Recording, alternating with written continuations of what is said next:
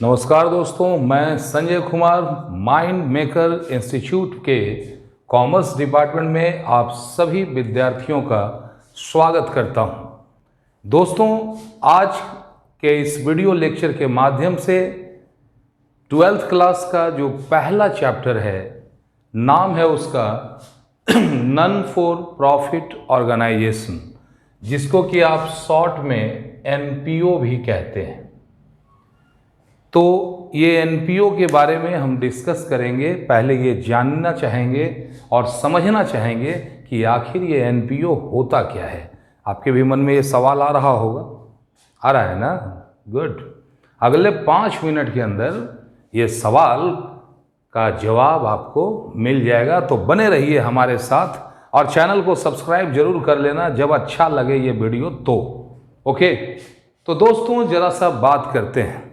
इस दुनिया में अगर जीना है और रहना है तो पैसा तो चाहिए। कहते हैं ना कि मनी है तो हनी है। और पैसा कमाने का तरीका क्या क्या हो सकता है, तो ध्यान देना, इस मनी को अर्न करने का तरीका हमारे पास क्या होता है। पूरे ह्यूमन सोसाइटी में, ह्यूमन लाइफ में, ह्यूमन के लिए ही पैसे की ज़रूरत है, इंसानों के लिए। और इंसान अगर ना हो तो फिर पैसे का कोई वैल्यू नहीं है। लेकिन अगर हम हैं तो हमारे लिए पैसे की ज़रूरत ज़रूर होगी।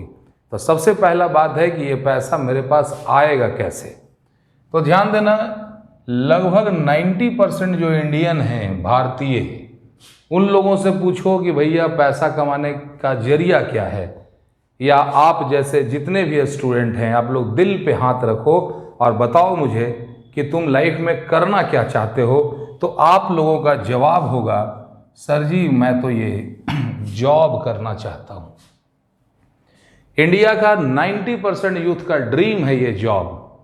यानी आप किसी तरह का नॉलेज लो, सीखो, डिग्री लो, सर्टिफिकेट लो, एग्जाम पास करो और जॉब हासिल करो। जॉब जब मिल जाता है तो मंथली सैलरी मिलता है। तो ये सैलरी वाला धंधा है।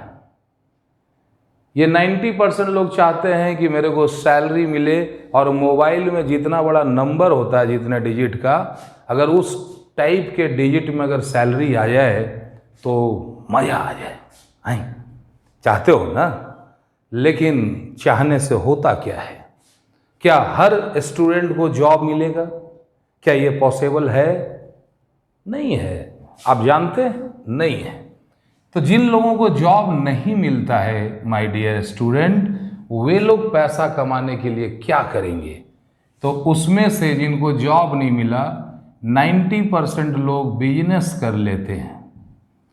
बिजनेस करते हैं। बिजनेस का मतलब हुआ कि किसी चीज़ को आप परचेज करते हो और उसके बाद उसको सेल करते हो, इंपोर्ट करते हो या एक्सपोर्ट करते हो।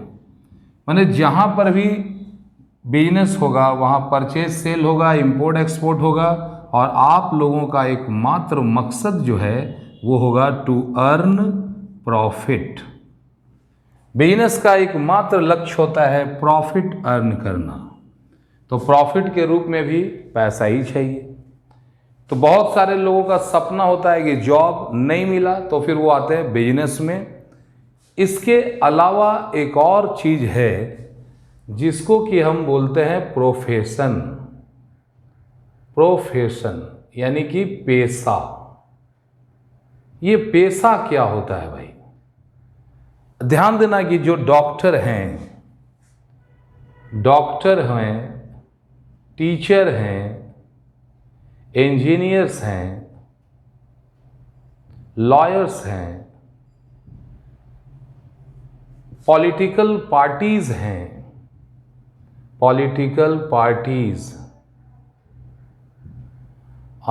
और मंदिर हो सकता है,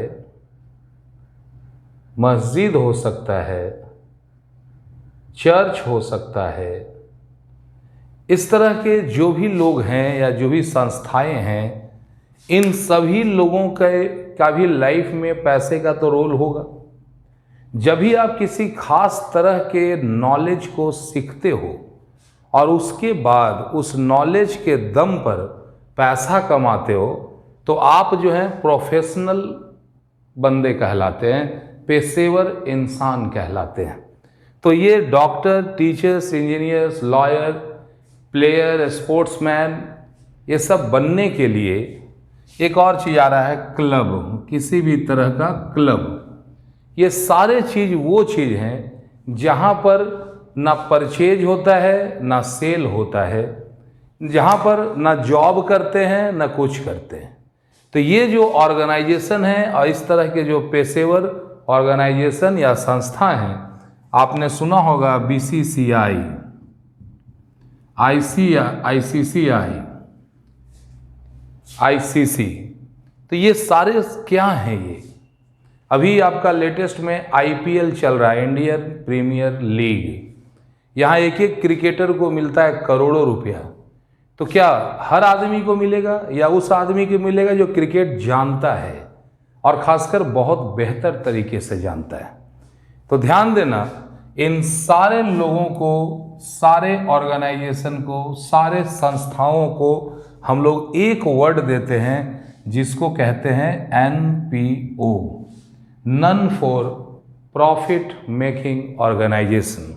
इसके अंदर में तुम्हारा स्कूल आ सकता है, कॉलेज आ सकता है, हॉस्पिटल आ सकता है। School, college, hospital, doctor, teacher, engineers, lawyer, political parties, मंदिर, मस्जिद, गुरुद्वारा, चर्च, धार्मिक संस्थाएं, कोई संघ, सोसाइटी, ये सारे ऐसे क्षेत्र है जहाँ पे प्रोफेशनल्स की ज़रूरत पड़ती है।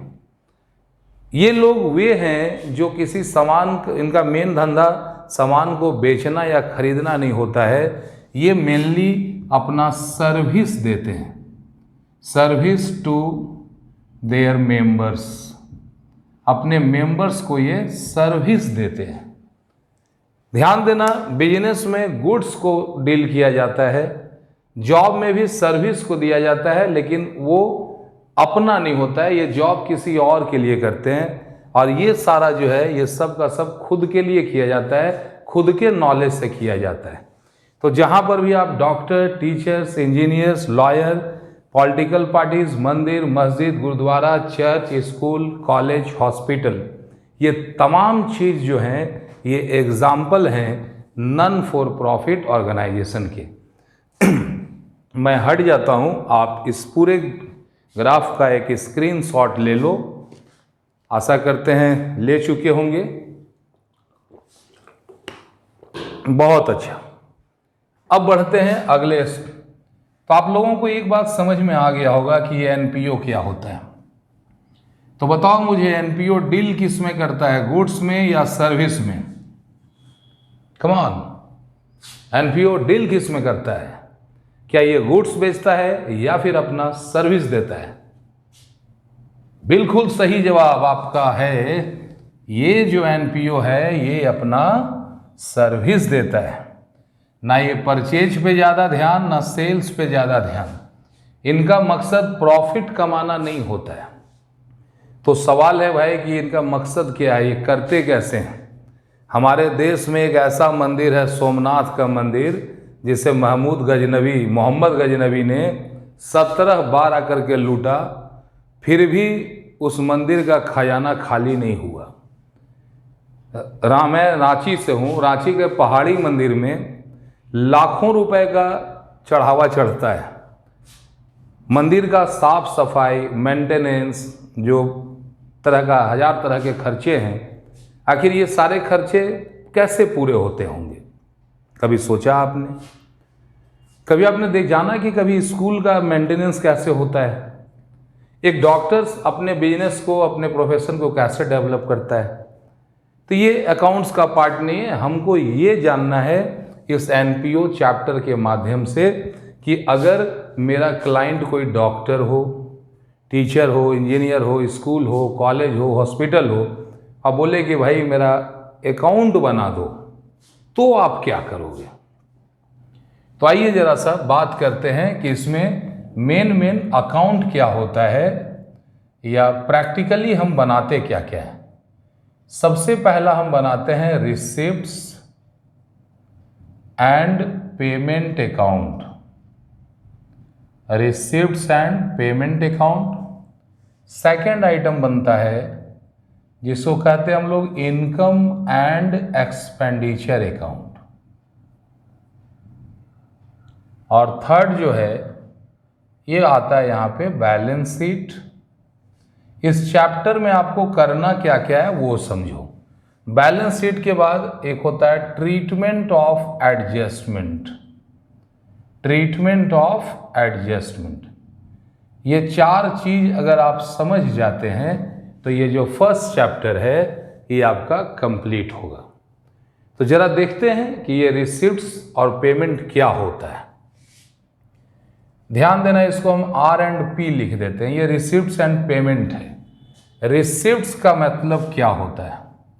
मान लो ये मेरा ऑर्गेनाइजेशन है, NPO है, तो इस NPO में कुछ घटना ऐसा होगा जब यहाँ पर पैसा आएगा यानी इनफ्लो ऑफ कैश होगा, इसको बोलते हैं कैश का आना।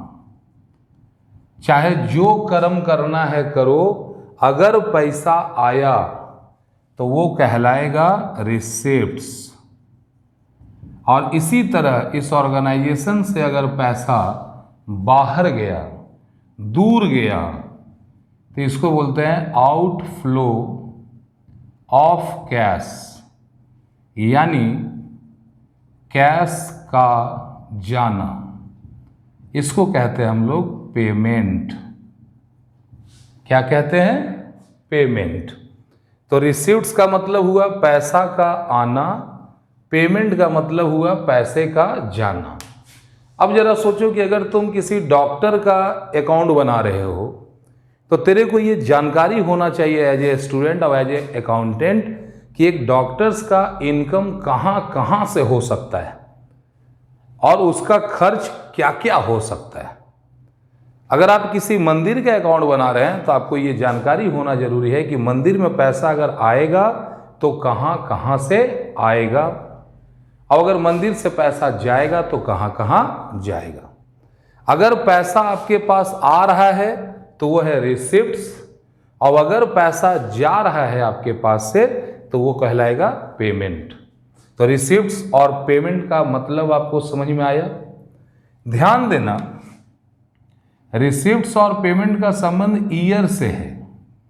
एक होता है करेंट ईयर जो अभी चल रहा है, एक होता है नेक्स्ट ईयर जो आने वाला है, और एक होता है प्रीवियस ईयर जो आपका गुजर चुका है। तो जरा सोचो, अभी जब आप ये सुन रहे हैं तो ये कौन सा ईयर है? यह है 2021। ये करंट है जो चल रहा है। इसके पीछे क्या होगा आप भूल नहीं सकते हो, कोरोना टाइम 2020 और आने वाला वक्त जो है 2022 होगा। तो ये रिसिप्ट्स और पेमेंट का रिलेशन जो है वो करंट ईयर से है। अगर करंट ईयर के अंदर में पैसा आया तो रिसिप्ट्स में लिखो, और करंट ईयर के अंदर पैसा गया तो उसको पेमेंट में लिखो। समझ में आई? एक बार फिर से आप स्क्रीनशॉट ले लें। गुड, बहुत बढ़िया। अब इसी सिलसिले को थोड़ा सा और आगे बढ़ाते हैं और देखते हैं कि ये क्या होता है। स्क्रीनशॉट लेते चलोगे और बाद में इसको नोट कर लेना, समझ में आएगा ऐसा मेरे को भरोसा है। तो आइए दोस्तों, हम बात करते हैं कि ये रिसिप्ट्स क्या है और ये पेमेंट क्या है, क्या है इसका सिस्टम। तो ये रिसिप्ट्स और पेमेंट जो होता है ये दो टाइप का होता है। एक होता है रेवेन्यू नेचर, रेवेन्यू नेचर का होगा ये, और एक होता है कैपिटल नेचर। रेवेन्यू नेचर और कैपिटल नेचर। रेवेन्यू नेचर का मतलब हुआ वैसा रिसिप्ट्स या इनकम जो एक साल के अंदर बार बार होता हो, बार बार होता हो एक साल के अंदर, बार बार माने रिपीट करेगा, ये रिपीटिंग नेचर, जो बार बार आ रहा हो या जा रहा हो, तो वो कहलाता है रेवेन्यू नेचर। बार बार, एक बार बार कब? करेंट ईयर में। रेवेन्यू नेचर का मतलब है जैसे सैलरी, अगर आपको सैलरी मिल रहा है तो साल में एक ही बार मिलेगा कि कम से कम 12 बार मिलेगा? 12 बार। तो अगर सैलरी आपको मिल रहा है या अगर आप अपने स्टाफ को सैलरी दे रहे हैं, तो ये सैलरी आप साल में बार बार दोगे, तो ये हो गया रेवेन्यू नेचर। उसी तरह रेंट, इंटरेस्ट, कमीशन, ये ऐसे आइटम्स हैं जो एक साल के अंदर बार बार होते हैं, और जो साल भर में बार बार होता हो वो कहलाता है रेवेन्यू नेचर। और जो नॉन रिपीटिंग नेचर का हो, मतलब एक बार अगर हो गया तो फिर अगले 2, 4, 10 साल तक सोचना नहीं है, इसको हम लोग बोलते हैं 2, 4, 10 वर्षों में एकाध बार।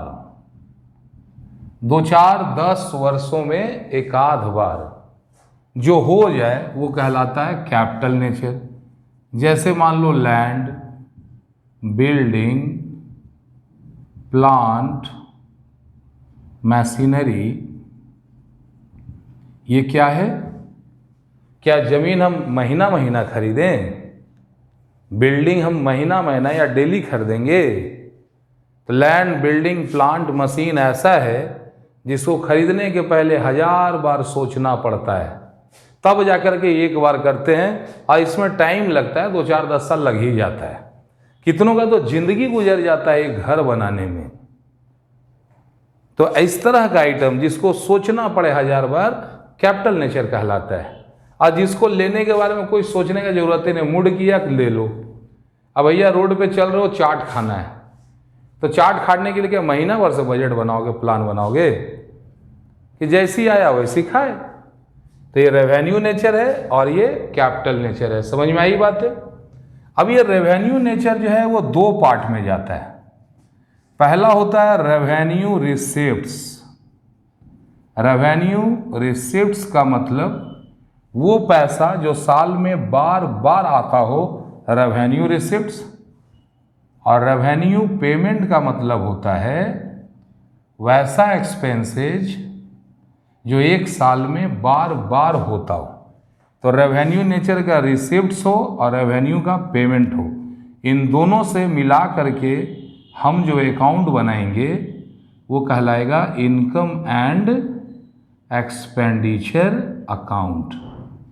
तो जब भी आपसे कोई पूछे कि इनकम एक्सपेंडिचर में किस टाइप के आइटम को लिखते हैं, तो आपका जवाब होना चाहिए रेवेन्यू नेचर्स के आइटम को इनकम एक्सपेंडिचर में लिखते हैं। इनकम क्या है भाई? तो जो भी पैसा आएगा मेरे पास, बार बार आएगा, उसको बोलेंगे इनकम। अब अगर बार बार जाएगा तो वो कहलाएगा पेमेंट। क्लियर है? इसी तरह कैपिटल नेचर भी 2 भाग में डिवाइड होगा। एक होता है कैपिटल रिसिप्ट्स, वैसा इनकम या रिसिप्ट्स जो 2, 4, 10 साल में एक आध बार आता हो, उसको कैपिटल रिसिप्ट्स कहते हैं। और जब हम बैलेंस शीट बनाएंगे तो इसी कैपिटल रिसिप्ट्स को हम लायबिलिटी कहेंगे। और सेकेंड वन जो होता है वो कहलाता है कैपिटल पेमेंट। तो कैपिटल पेमेंट का मतलब हो जाता है एसेट्स। और जिस जगह भी माय डियर फ्रेंड लायबिलिटी और एसेट्स की बात होती है, उस आइटम को हम लोग कहते हैं बैलेंस शीट। तो फर्स्ट जो आपने स्क्रीनशॉट लिया उसमें आपने देखा कि हमको 4 चीज़ पे ध्यान देना है: receipts payment, income expenditure, balance sheet, और एक एडजस्टमेंट, ट्रीटमेंट ऑफ एडजस्टमेंट। ध्यान देना कि रिसीट्स पेमेंट ही इस पूरे एनपीओ का जड़ है। रिसीट्स पेमेंट दो ब्रांच में डिवाइड होगा, revenue nature, capital nature. Revenue nature जो है फिर दो भाग में बांटेगा, रेवेन्यू रिसीट्स, रेवेन्यू पेमेंट। और जहां भी रेवेन्यू और रेवेन्यू रिसीट्स और पेमेंट है वो जाएगा इनकम एक्सपेंडिचर अकाउंट में। और कैपिटल नेचर के जो आइटम है वो टू पार्ट में डिवाइड होंगे, कैपिटल रिसीट्स में और कैपिटल पेमेंट में।